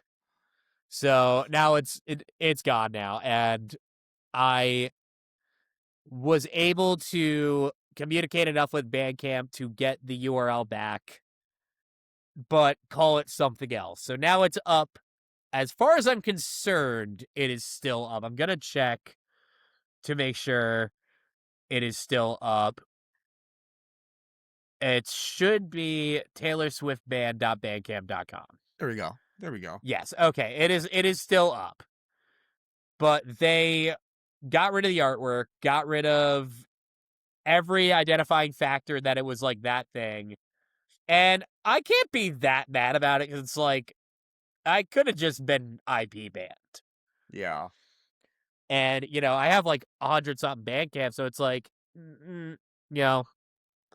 I appreciate the good people at Bandcamp. I'm not trying to fight it. It's just like, I would have liked to be more in the know. And, I mean, you could say that about anything, really, but, like, specifically this, it's like, I had no closure about it. It was just like, it ended with, like, a very dusty fart. Beautiful. No apology to Bandcamp, though. No. Okay. It seemed like it sorted itself out. It was all very straightforward and, like, cold on both of our ends because like Bandcamp would like make sure they wouldn't get sued, and then I'd get on Twitter and call them gay. Like, I Yeah. feel like the circle of life happened. I don't think they'd apologize to me, and I also will not apologize to them. I am grateful for the service they provide to me as a musician, and that's basically all I can ask for. Beautiful. You know, like probably growing up, you're like, man, it'd be so cool to be like in Consequence of Sound or Stereogum or something like that. Gee whiz, this should that. No, fuck no. I appreciate everything they do. It was never a thing that I considered would happen. So now that it happens, I'm like, I gotta watch my online behavior. There's people watching because it feels like I'm getting in trouble most of the time. I think we have a similar mindset here where it's like, if you have nothing to lose, you might as well swing up as high as you can fucking swing. Yeah, it's just like I'm just kind of like fucking around. It's like, I Yeah. did all that. I did all that Taylor Swift shit and then went to work the next day. And like was just at work while my phone was not working. And so it's like when like publications and shit write about like stupid shit I do and like shenanigans I get into, I'm just like, oh, Fuck this guy am again. am I in trouble? It feels like hearing your parents say your full name down the hall, but it's like the fine writers of the world, and it doesn't happen that much anymore because like most of my projects are kind of in like hibernation mode, but like it's very I don't miss it, but it's nice. I just don't miss it. What project right now is not in hibernation mode? I mean, it's been a year and a half or so since the last Ogbert record. Um, What's happening this year? so technically none of the projects are on hiatus. It's just that we are not like full-time musicians. So it's like music happens when it happens. For me, it's like, I'm working on a couple different things. I'm hoping to have the next No Good With Secrets album recorded within the year. It's a slow time coming. I have a split coming out with another band in a couple months that I'm very excited about. Ogbert is always writing and recording and demoing shit. We are working on another album. It's still very early, but we are definitely going to be putting out something very soon. Okay. I'll say that much. I don't want to promise anything just cuz like we had a plan that didn't happen and we are operating now completely independently again, so it's like balls in our court. So everything is just kind of one day at a time, but we're Were being you tied very up with careful about it. with one of those labels that did the little lack of sleep Uh, stuff? no, fuck no. No. We were signed. We were signed for exactly 24 hours, which is the Wonderful. funniest possible scenario. Um, what happened was we were like in and out of meetings with a label that I will not name, just because I don't want to stir the pot. They have enough on their plate, and frankly, I don't think the people who spoke about them gave them a very fair shake. I But know who you're talking about. Yeah, I know who you're talking about. that being said, they were very ambitious with their offer to us, and we were basically like all half and half in, and we were shopping the contract that they sent us over, and I sent it over via email, and about a day later, I got a text message saying what was going on, and the long short of it is the label like wasn't doing anything for a very long time, and we still had the option to hold out and be associated or to just not. Mm. So we went with not because a lot of the reason we were signing was for financial benefit because like we just kind of wanted to be steered in a direction where we could like better produce what we have. And it's Yeah. like luckily like we've all been involved enough to a point where it's like we have enough connections and resources to like put out a really good record how we want to do it. It's just like this probably would have sped it up like 4 times. Yeah. Fuck.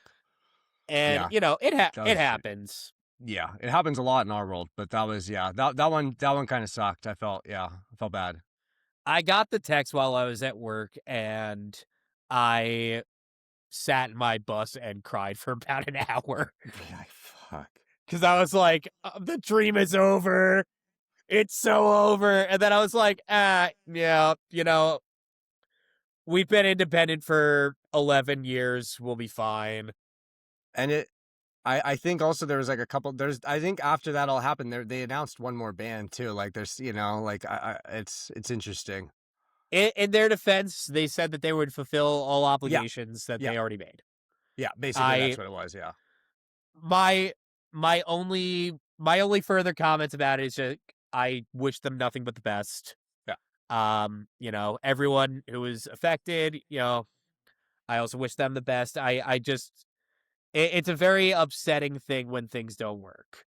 Where there's been like situations that have happened in the past where it's like a label gets too in over their head and then the mail order piles up and the money just doesn't money stops coming in. I run a label. So it's like I know how it feels when a release fucking fails. And it's like you have to just gamble a $2,000 hit to your credit. And it sucks. It does suck. I think I lost like $3,000 operating board signs in total. And it's like, you know, for every like disappointing thing, there's like 5 cool things. Money always comes back. It's like, it just, you need to be able to like hold out, and you really need to like be in a certain mindset to like have a long lasting operation where it's like, I'd rather people be pissed off at me that their package like a month late than deliver empty promises that I can't fulfill. Yeah. And that's how I've run my label for as long as I have. And it's like, you know, we have another 500 records coming soon. We have another vinyl release coming this year. We got, I have a lot of shit lined up where it's like, we'll see how it goes. But it's like, that's just the name of the game. It's like, you know, thank God I'm in a position where it's like, I can do that. But it's like, you know, when you're not, and then you have a bunch of people really pissed off that you're not. Yeah. Yeah, right. It You have all of a sucks. sudden, you've been daddy to a bunch of people. You're covering the bill, and then you can't. You're the asshole. You're like, It sucks. Like you're good until you're not good, and then when you aren't good, you're a piece of shit. It sucks. you're getting buried. Yeah, it's a tough spot. And it's like, I think there were a lot of valid critiques. I think a lot of things were not quite fair. And again, you know, I'm sure anyone listening knows what I'm talking about, but I don't want to drill it in. No. I think everyone just needs to be a little more understanding that everyone's kind of fucked in the head. Especially like, in our general world. Yeah. Yeah. It's like everyone who like has the facade of like having their shit together is just kind of better at presenting that they have their shit together than other people, where it's like, I'm a fucking mess. I began this call by eating 2 cold burgers because I am too lazy to cook. Like, I have to do that in order to eat. Like, everyone's kind of fucked in the head. I think everyone needs to like breathe in, breathe out, to not sound like a psychopathic capitalist, but it's like, maybe they should charge like $1 every time you tweet. Maybe they should. Put it to like the rainforest. Put it to like anything that isn't that's the Elon thing. Yeah, we Musk. need to do that where the money doesn't go straight to dipshit. Yeah. Where it's like we don't need another failed rocket. We need like free HVAC training. Like we need. Let's get some. Yeah, let's teach these kids some apprenticeships. Get them in the skills. Get them in the trades. Like, let me tell you something. When you know how to fix a fucking when you know how to fix a furnace, you could like go to Mars. It's incredible what you could do with basic skills that you could YouTube. Fuck, and here I am, fucking useless. I got to do that. I mean, I don't know how to I don't know how to operate this software you're running out of. Like, this is impressive to me. I just clicked the button. Yeah, but it's like you got a logo in the corner and shit. I can't do that. Oh yeah. Oh yeah, and it changes the colors now. Yeah, no, I just put a thing there. I didn't fucking actually do anything, but it looks I fancy. mean, It looks again, fancy. it's like the presentation Right, of yeah, like you have your shit together. Yeah, it To me, presents very to well. me, I'm highly impressed. Yeah, right. And then I like flip the camera out. It's like, oh, just fucking guy in a shitty fucking apartment with like all the lights facing one way. Like, Oh, I know her well. I pushed everything on the table into a box on the other side of the table. I'm working on 4 different releases. Fuck me. And they're all just in a box right now, kind of crumbled up. Yeah. If you're a person who has a commission with me right now, that's not yours. Yeah, yours is done. Yours is done. Yours is fine. Yeah. It's the other one. Yeah, don't worry about it. You're good. Everything's I have brain on damage. track. What is your before I let you go? What was your as a guy very very tapped into this world? You know, maybe one of the most tapped in. I feel like, you know, whether you want to admit it or not. What were your favorite records of 2025, and what are you looking forward to this year? Oh, fuck. Hold on. I gotta get my phone. I wrote this down. Sick. I can't get over that fucking. Because I only recently wrapped my 2025 list up. Because I was still catching up on a bunch of shit. Right. Wow, that's a lot of shit. So like my list is long as hell. I got a bunch of shit going on here. There we go. Okay. So from LPs, I'm just gonna pick how many? Many you want. All right, so I'll write the top 5 because that's just like in order the 5 ones that stuck out to me. I got Hunting Season by Home Is Where. You know, I fucking love that entire crew. Shout out Home Is Where. Playland 3 by Playland. Fucking incredible power pop, just bedroom pop type of shit. Bargaining by Theo Bleak. Great singer-songwriter shit. Came out like a random week in December.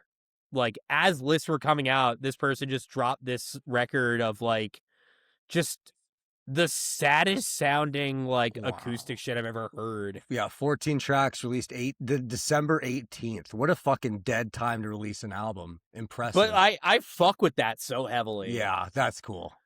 Raspberry Moon, Hotline TNT. Like incredible record. Hotline TNT is probably like my favorite band doing it that large in that capacity. And for the Jersey recommendation, I gotta put Popaholic Volume 1 by Papa 2004. Like, that's like the fucking most insane shit I've ever heard in my life. What is it? It's a Papa 2004. It's a Popaholic Volume 1. Sick. Okay. That shit's fucking incredible. Another couple I got on here. I got a Scarecrow 2 by the Telephone Numbers. Forward by First Day Back. Like The fucking First Day Back incredible. record is stupid.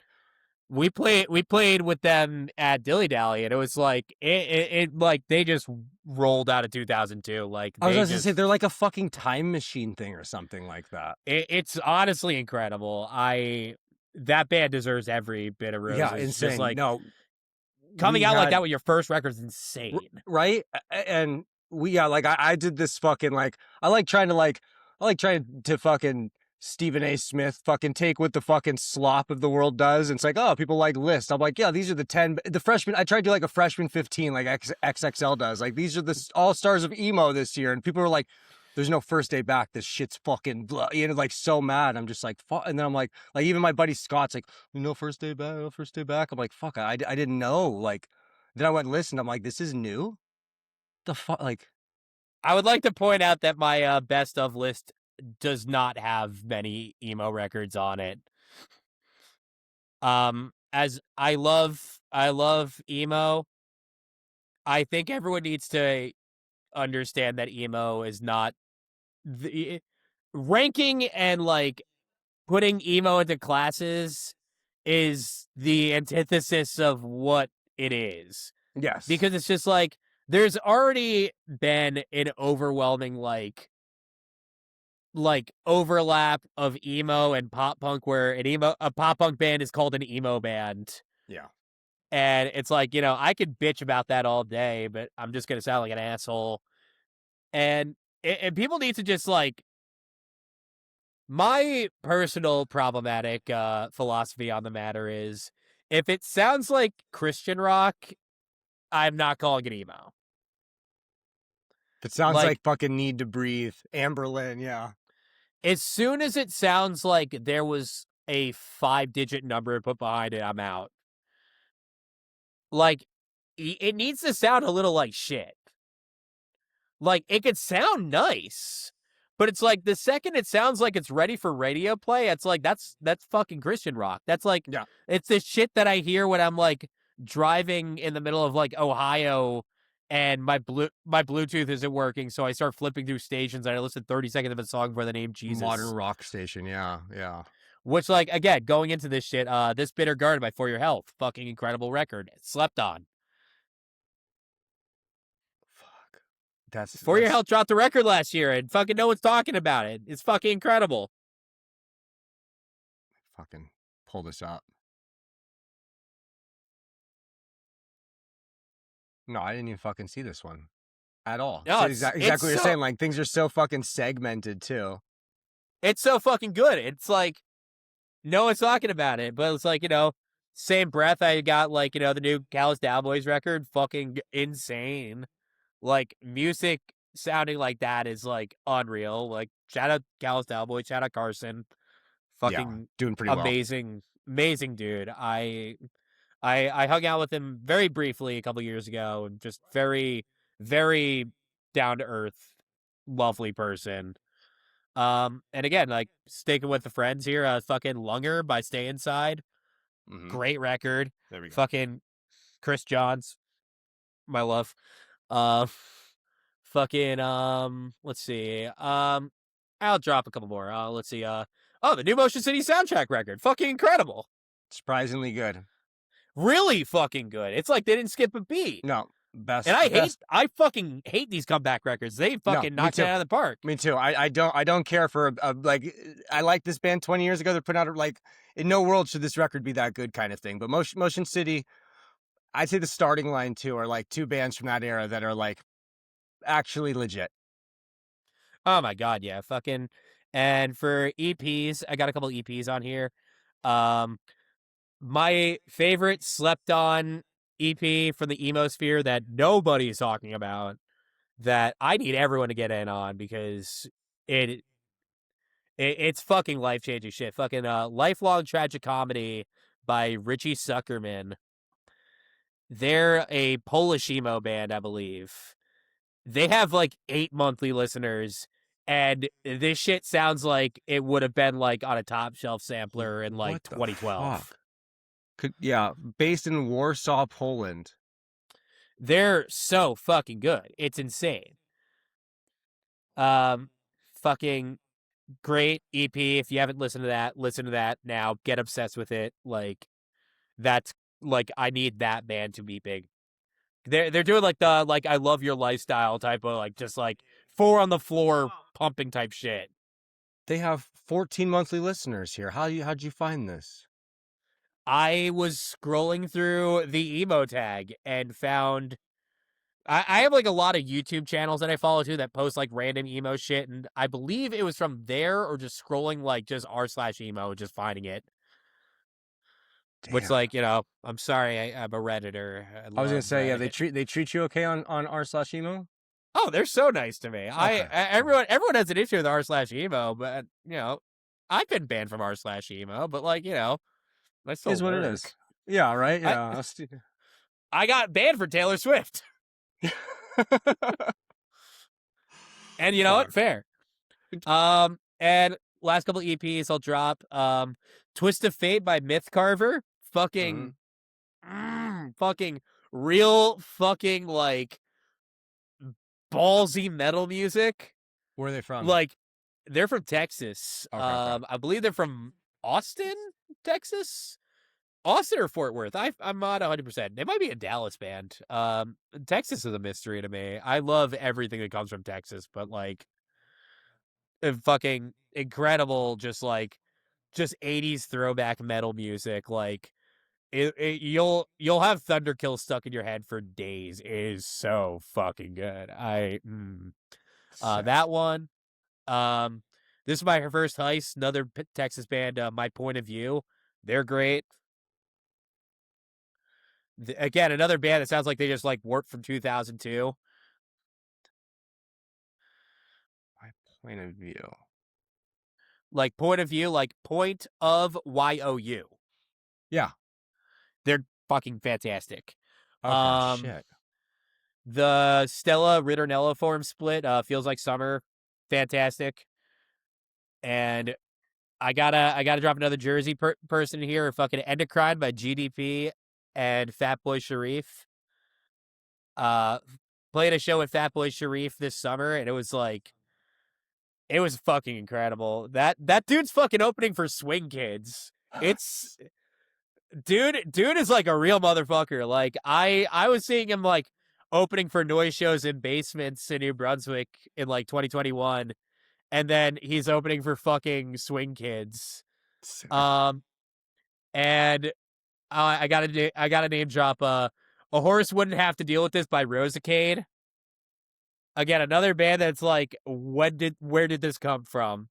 Like, just like grindy white belt nonsense emo fucking screamo, whatever you want to call it. It's like heavy as hell. It's ridiculous. I burst out laughing first song, but then it gets like, it's the heaviest shit you'll ever hear in your life. Sick. And yeah, those are my recommendations for best of 2025. It's a solid list. What are we looking forward to this year? Do we have something on the docket you're excited for? Yeah. So you said this is coming out Friday after this. Yeah, the 13th. Friday. 13th, yeah. Okay, cool. So, we're going on tour with Kerosene Heights and Dear Marianne. We're doing a little run with them. Fucking where? Over we're there? playing over there. Fucking sorry. bullshit. We're trying to come out to Cali this summer. We were supposed to come out to California in April. We were supposed to do a couple like just run and gun shows. We're gonna do 2 in LA and then one up at fucking Berkeley. Gilman or something. Yep. Yep. We were invited to play a really exciting reunion show that I'm not allowed to talk about right now. That will come out within the next couple weeks. But we just couldn't swing it. Things happened. We were like really trying to get it to happen, and it just couldn't happen. But like, we're trying to head out there this summer. We're doing another tour this summer. We're getting closer to like West Coast. We're doing middle of America, and we're trying to get out to the West Coast, but it's just a matter of when we can get off. Yeah, I get it. Yeah, it's far. And when Kerosene Heights was here with Sports and Trash in like November, and Chance is like, yeah, we're coming back out here with Saturdays. Yeah, we're gonna be here in the spring. And I'm like, oh, fucking awesome, so cool. And then it came out, and I'm like, you're in like fucking Fresno. I'm like, I tweeted at him. I was like, you're gonna make me drive to fucking Fresno? And he's like, to be fair, someone's also making me drive to Fresno. I'm like, all right, you got me there. Fuck, sorry, but I'm being one of the motherfuckers that's like, why aren't you coming to my city? Like. Well, that was what I was saying when we were touring in Europe, when we were playing in the United Kingdom. So it was like, oh god, this is like an hour train ride for me. I'm like, I flew from a different continent. Right, yeah, brother. Yeah, I went Get over your a whole ass over ocean here. Yeah, you can't cross like one small ass European border. Your country's like the size of a county. No, it was a fucking town. It was like it was in the UK. It was a different town in the UK. It was directly connected by rail. It's one fucking. You don't even got to fucking transfer, brother. To be fair, they came to the show. I guest listed them. Fuck. I was like, if you come, I'll list you, and they did, and they were very sweet. But I'm just like, fucker, I came from a continent away. What do you mean? Yeah, what you fucking want here? But we are trying to do West Coast. I can't guarantee anything, but we are really trying to lock in on doing that because we have now toured a different continent and country and have not touched the West Coast. And I'm like, oh, we got to do something about that. Because, like, we have another offer. We have another tour in the works that is taking us past the West Coast. Past And us, what, fucking Hawaii? I can't Japan? talk about. I Okay, can't talk yeah, about yeah, it we can't say these yet words. Yeah. because it's all very in the works. But it's like, we got to play West Coast. At this point, it's just like masochism on our end. At some point, I'm gonna fucking take it as a personal insult if you're fucking flying straight over. Like, what did we do? Oh my out god, we have so much love in Cali, and it's like I've never personally been there. I've never been to California, and I want to go. You know, I was gonna fly out last year for the Growing Up is Dumb Fest, but you know, money's tight. Wow, C'est la vie. that's beautiful. That's a nice. I like that you're doing that with Dear Marianne too, because I feel like Freddie, same thing. Like on different platforms, like I feel like there's certain individuals, like as like fucking niche as our world is, niche as it is, like there's like certain people that kind of like transcend it and I think do a very good job of bringing people into our world, and like Freddie's one of them where like even my normie friends have heard fucking like Natty Ice or something like that, you know? Freddie is a good ass dude. We played with Dear Marianne in August. We were touring with Michael Sarah Palin, and we unfortunately missed their set because we got stuck in traffic, and we're chatting at the show, and just genuinely some of the sweetest people ever, and I'm very excited to be playing with them. And just frankly getting to spend more time with them, because a lot of people in the scene, it's just like, God, I would just want to like sit with you for a minute and just like, right? Same thing. Thing. I'm as an adjacent person to this, you know, as like I'll hang out like, oh, you guys like fucking love you, you know, like you guys got a show, I'll be there right away. I'll crowd surf, but it's like, oh, none of y'all are coming out here. Like I want to see my new friends, you know what I mean? Like I want to hang out. We're like Kerosene Heights, same deal, where it's like we've been playing shows with them for years, and this is the first time we've ever like formally toured with them, and I'm fucking stoked because I love those motherfuckers. They're like genuinely some of the nicest people I've ever met in the fucking world, and just Angel Humans, one of the, I think like the coolest looking band too. Like, oh my god, yeah. Aesthetic wise, like L is like beating the shit out of the bass. Fucking Chance got me onto the expensive jeans. Oh, damn, you got them fire. Yeah, I know. Chance got that shit on too. He got that like the boot cut with the nice denims. Yeah, Chance got me into the selvage. Shout out to fucking Kerosene Heights for ruining my wallet. Right? Yeah, that emo money's thick, bro. Blame it on the weather. Blame it on the fucking the fucking $400 distressed jeans. Damn. One big emo dollar is like 0.0035 USD. Like that is the conversion rate. The current, not a great, but in our world, it's you send money back to the nation of emo, you can fucking ball out over there. The reality is, it's like we're all tossing the same $50 between each other. Yeah. So it's like, it's fine. I bought mad shit for Kerosene Heights. They've commissioned me for the dumbest shit ever. Where like I did a sticker for Kerosene Heights, and Chance was like, "What do you want for this?" And I was like, "I don't know, buy me a Caniac combo when I see you." What sticker is it? It's the one. It's like a hand, and it's like warning Kerosene Heights in area or something. I thought maybe I have the south the stop honking, listening to the Southeast. Yeah, that one. I have that one on my computer. I thought maybe you did that one. I was like, do I got you one of your custom works here on my property? I'm trying to think if I've done a bumper sticker for another band before. I have the one that I made for Aren't We Amphibians that I don't think they did anything with. I'll grab that one because it's my finer work. It's on my fridge over here.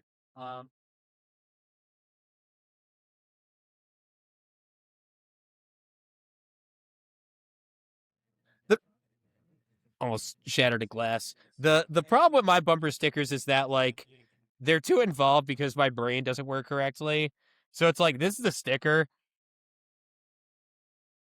Suck me from the back.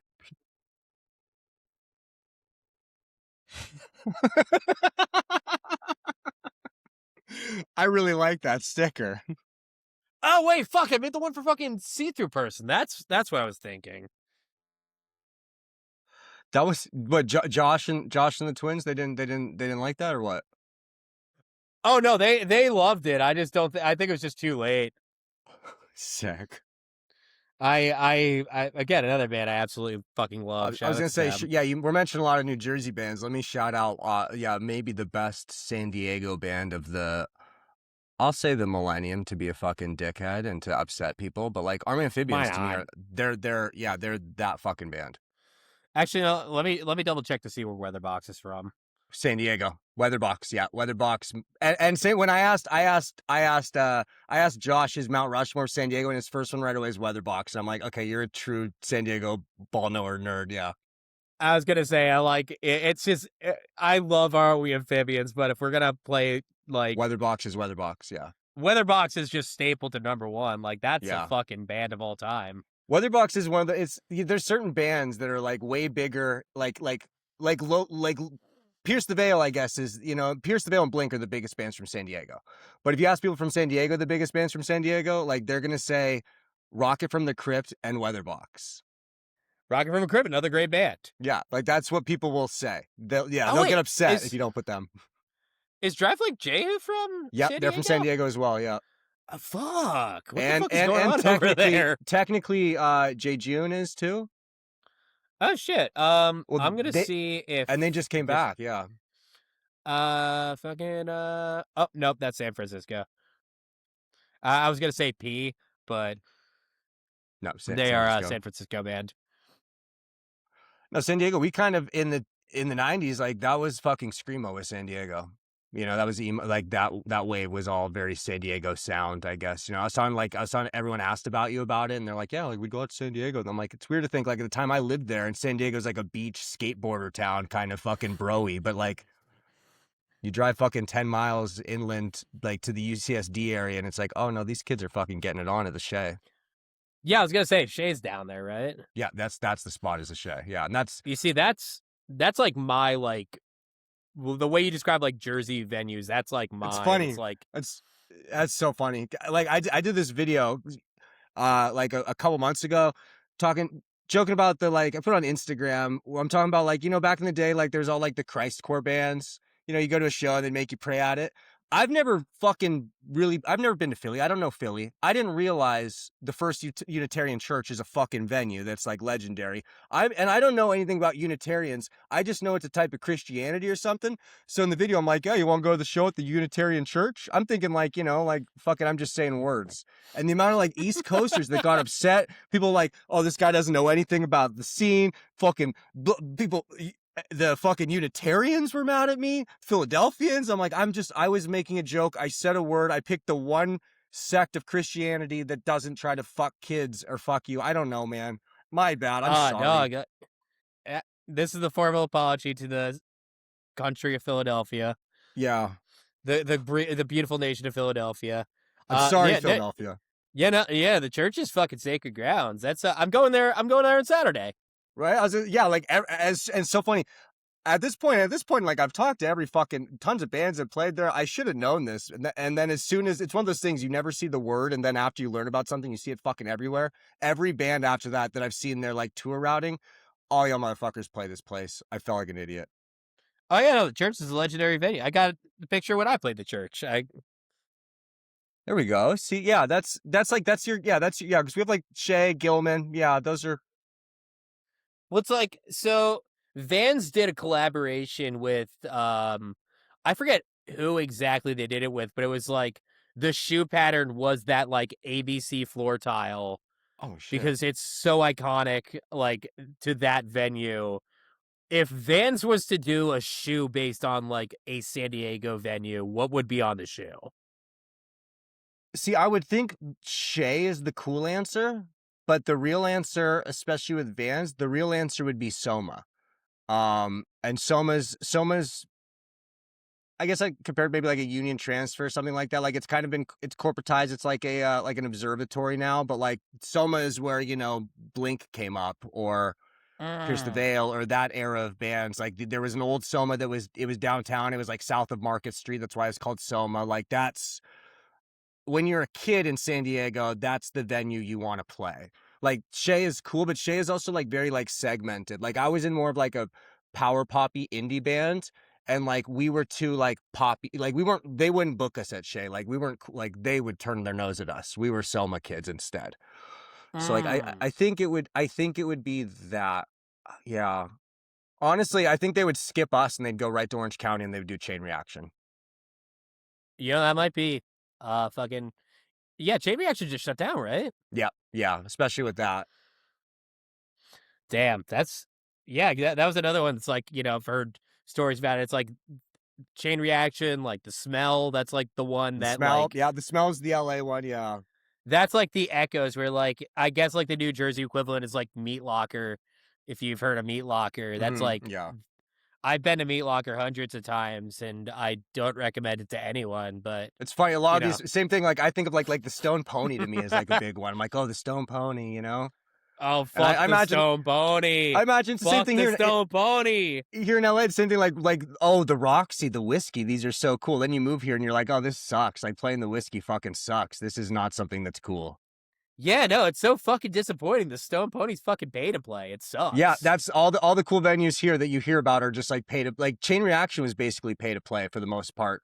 Like when I was like, you'd have to sell fucking 50 tickets or whatever. Yeah. Oh my God, fuck off. Oh, bro, they'd be dry. Yeah, even like Soma, like I mentioned Soma. I was talking to Josh about from Amphibians. I'm like, you guys played Soma before? He's like, that's the one venue we've never played. I'm like, oh, I'll help you get booked at Soma. And then I'm like, wait, you don't need to fucking play Soma. You aren't we Amphibians? You guys are great. You're touring. You don't need to go play some venue where they're going to give you $2 for every ticket you sell. Like we'd be drawing like 60 people there. The room's like half full. Like, it looks good in a small venue. And then yeah, they give you like $50. It's like sick. We can get burritos after this.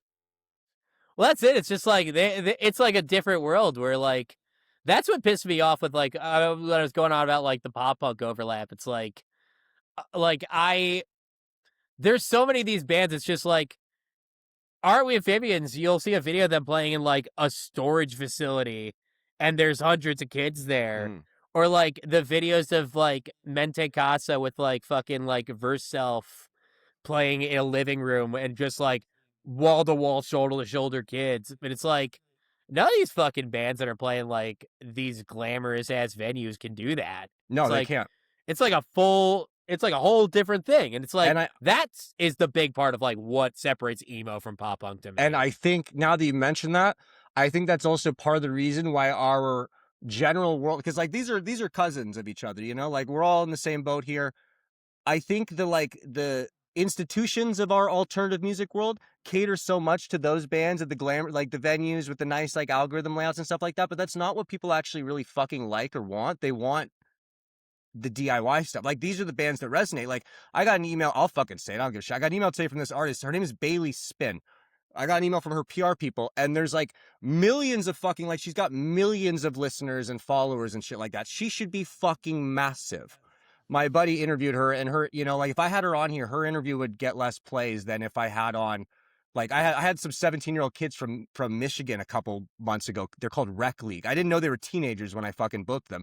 Just fucking, the one kid took some like guitar lessons online from Derek from Trash, and just started a band. But like, that does better than these things that are like, same thing like Warped Tour, like popular mainstream alternative culture. You kind of push these things and it's like, people aren't actually fucking with these things. It just like has money behind it or something. And then it makes it uncool. Like I was talking to Gabe Saporta about 90s, like New Jersey. And he's like, it was special because like, it was cool. Like it was the culture. Kids were into it. It was fucking sick. Like, I don't think there's anything cool about like, checkered bands. If you listen to this band, you'll like us. Check us out. Like a lot of the stuff in our, like it's not fucking cool. It's not cool. Like emo night, that's not fucking cool. No one under the age of 30 thinks that's fucking cool. Like we're scaring the hoes and the children away. I kind of fuck with emo night. Really? That's like my most embarrassing take. Is like I kind of fuck with emo night. I mean, it's probably a different story now that like I'm not drinking anymore. But like, yeah, I don't know. Like getting fucking lit with a bunch of like buddies and they're playing like fucking Fall Out Boy. Like, yeah, it's good. No, it's good time. I could get a little loose with it. I'll throw my ass back a bit for Fall Out Boy, like, you know. I will. Yeah, it's a shame Amanda's not here because Amanda, same thing. Yeah, we are pro shaking ass to Fall Out Boy, but like, Yeah, no, it's like it's time and place. yeah, there you go. Yeah, That's like the most embarrassing thing I can admit about myself is like I've gone to multiple emo nights. I enjoy it. Yeah, fuck. Yeah. There goes the DIY There goes- cred. Yeah, that's what's There gonna goes get all you the canceled. cool guy yeah. points. Yeah, right. Yeah, that's yeah. Fuck. Any enigmatic flair that I had is like this like stoic person just out the window because No, this just adds people- to it. Just what a mystery. people know that like I will like get like horny off of a Cosmopolitan listening to Misery Business. This is misery. Before we wrap up, then let me ask you one last question. What's your favorite Paramore record? All we know is Failing. I'm a fucking idiot. You're kicking it old. Yeah, no, I fucking love that record. I love all the screamo cuts off that shit. Fucking Sick. Pressure went fucking platinum on my iPod Nano. That shit was fucking incredible.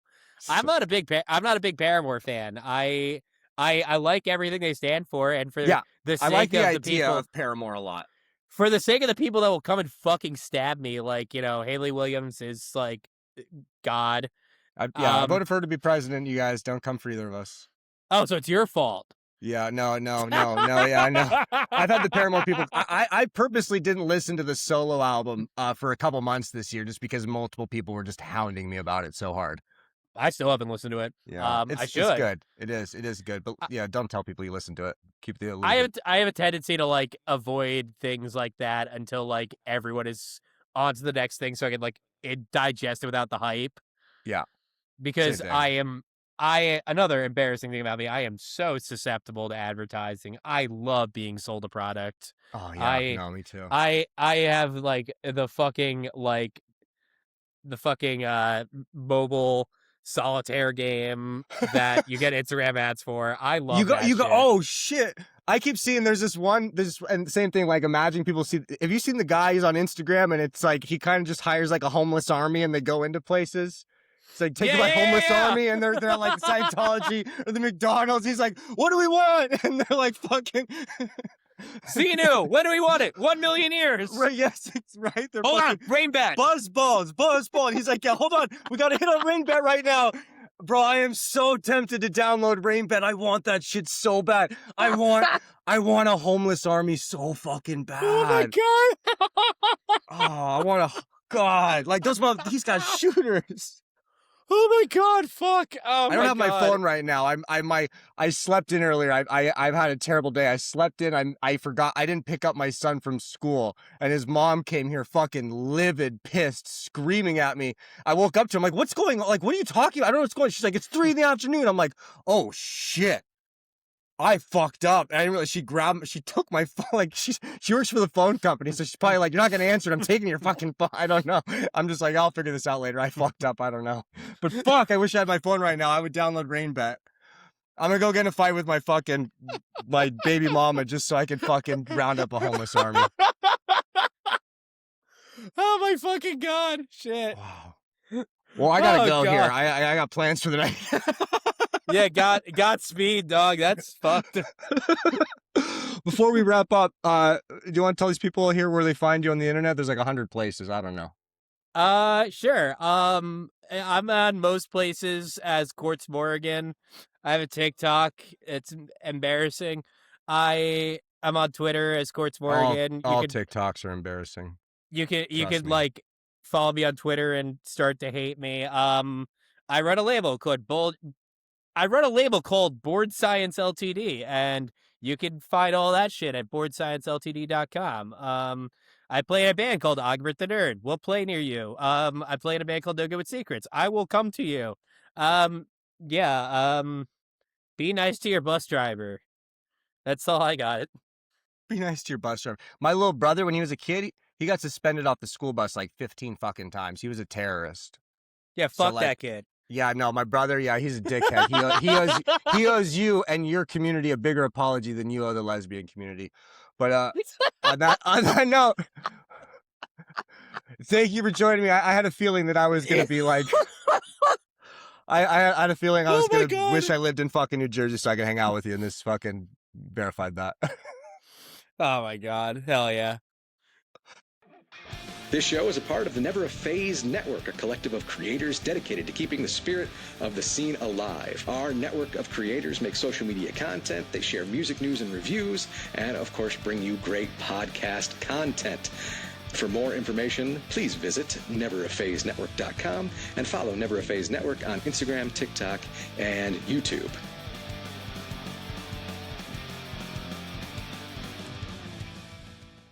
Hey man, it's your boy Petty Hendrix, man. You tuned in to Emo Kid Anonymous. Check it out, you did.